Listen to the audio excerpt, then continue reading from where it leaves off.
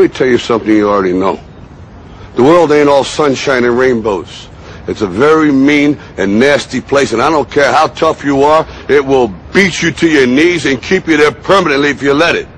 You, me, or nobody is going to hit as hard as life. But it ain't about how hard you hit. It's about how hard you can get hit and keep moving forward. How much you can take and keep moving forward. That's how winning is done. Now, if you know what you're worth, now go out and get what you're worth. But you got to be willing to take the hits and not pointing fingers saying you ain't where you want to be because of him or her or anybody.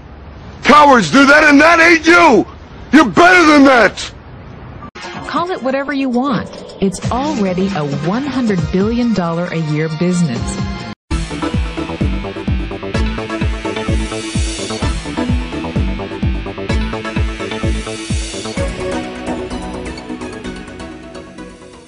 Hi, my name's PJ, and welcome to our short presentation. Have you ever wondered how the rich keep getting richer while broke people stay broke and the middle class seems to be shrinking? Well, this isn't nearly as mysterious as it may appear when you examine the specific differences in how broke people, the middle class, and the rich spend their money. Now, this is such a simple concept, yet so profound, it nearly knocked me out of my chair when I finally understood it. I'm going to show you exactly how the rich spend their money, and you can evaluate for yourself why they keep getting richer and the broke keep getting broker, and why the middle class remains so stressed out. Now, to get started, I'd like to review some financial terms we'll be using during this presentation. The terms that you need to be familiar with are cash flow, which means money you bring in, expenses, which means money you spend, assets. Now, this is the most confusing one. You're probably familiar with the traditional definition of an asset, which is something you own or have equity in. However, back in the 1990s, Robert Kiyosaki introduced us to a new definition of an asset in his groundbreaking Rich Dad, Poor Dad series of books. Robert taught us that an asset is something that pays you, and that's the definition we'll be using here. Liabilities is the last term, and it's defined as things that cost you money. As an example, a house is typically viewed as an asset, but can it actually be a liability? Yes, with our revised definition, anything that costs you money is a liability, not an asset. If you have a mortgage, your house is an asset to your banker because it pays him or her every month. But could a house also be considered an asset to you? Yes, in the right circumstances it could, when it pays you money. Let's say you buy a house and you rent it out, and it paid you a positive cash flow every month after all expenses. That would then be considered an asset. Now, one more time with the terms, just to be very clear before we continue. Cash flow is money you make. Expenses, that's money you spend. An asset pays you, and a liability costs you. Now let's take a look at how broke people spend their money. Now, when I say broke people, I'm not referring to the destitute. I'm speaking about that large portion of our society that lives from paycheck to paycheck and who never seem to have any money. In fact, most times there's more month left at the end of their money, and I'm sure many of you can relate to that group. On payday, broke people buy what I'm going to call stuff. Well, what's stuff? Well, that's inexpensive things that people buy that they don't really need to survive. You go into someone's house and you can't find any counter or tabletop space in the whole house because of all the stuff on it. Their house and their cars are full and cluttered with stuff. Well, where do they get all this stuff? They buy it at the flea market, at the garage sale, at the dollar store, at the craft show. So cash flow comes in and then it goes straight out the expense column to buy stuff. You see, broke people never really educate themselves on assets and liabilities. They justify buying all of this stuff by claiming that it costs so little. But over the years, it's all they ever have.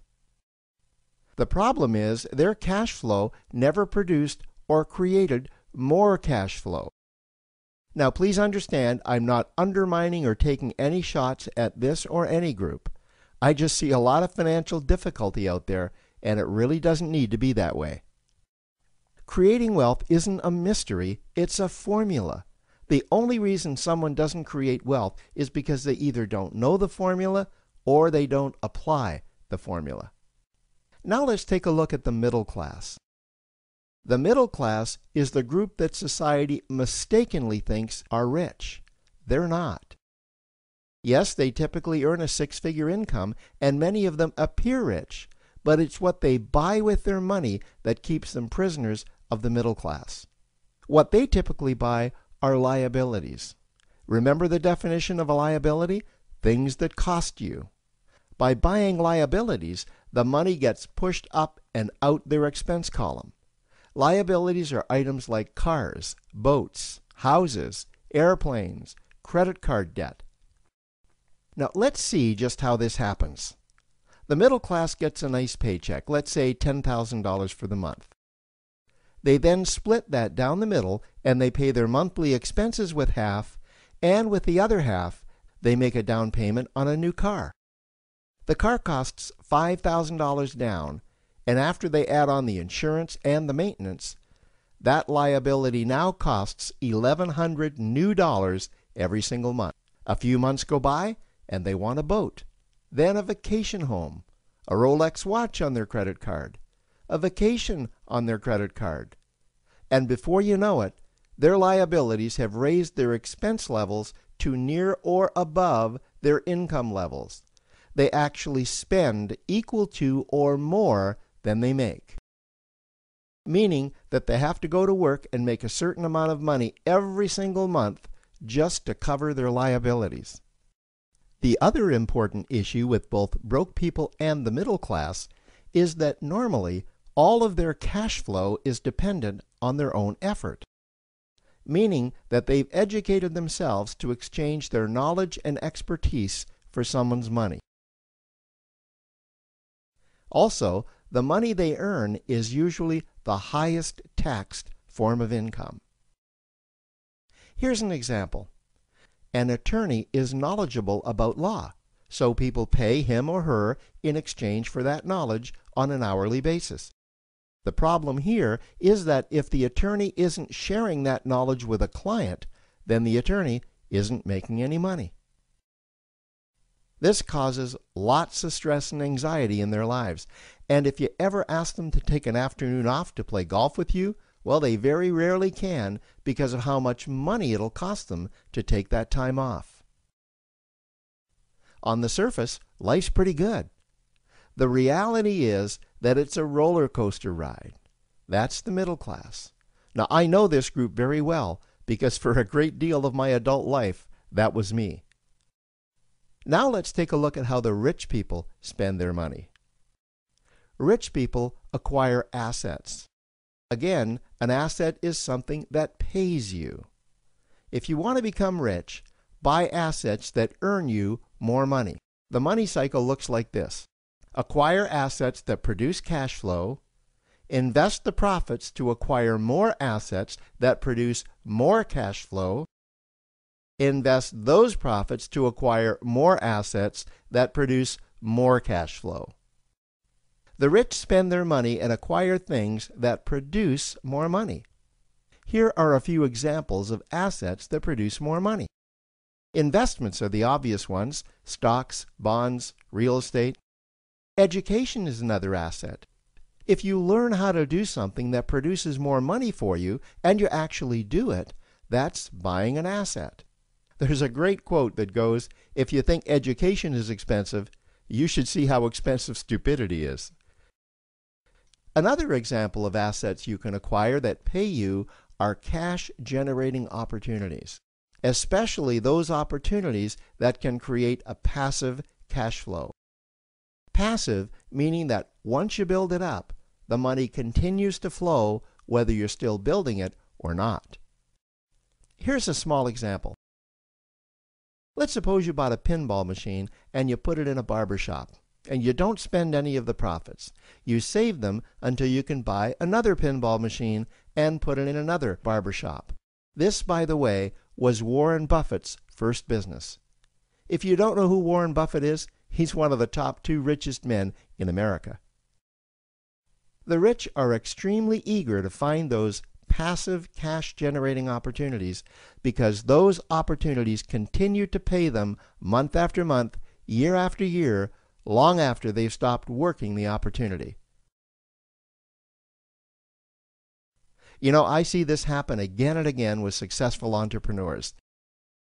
They find a passive cash flow stream that they build up, and it continues to pay them month after month, year after year. They then take those profits and multiply them in another passive cash-generating opportunity, and then again in another. In conclusion, here's what I've learned over the years. You can't find these passive cash-generating opportunities unless you're open to hearing about them. Then, once you find them, you must be willing to see what fits you and then act. Now, the reason I say this is that I once answered a hokey little ad that I ended up generating 7 figures from, simply because I answered that ad and then took action. These opportunities are out there, you just need to find them. You also must be opportunistic enough that when the right situation does present itself, you don't miss it. So remember, broke people buy stuff, the middle class buy liabilities, and the rich acquire assets, preferably cash-generating opportunities that can create passive cash flow. They then take that cash flow and invest it in another asset that produces more cash flow. That's the wealth creation formula. Now, I trust you found this introductory information helpful. Now, to learn about one of the greatest cash-generating machines on the planet, click on the link below to proceed to step 2.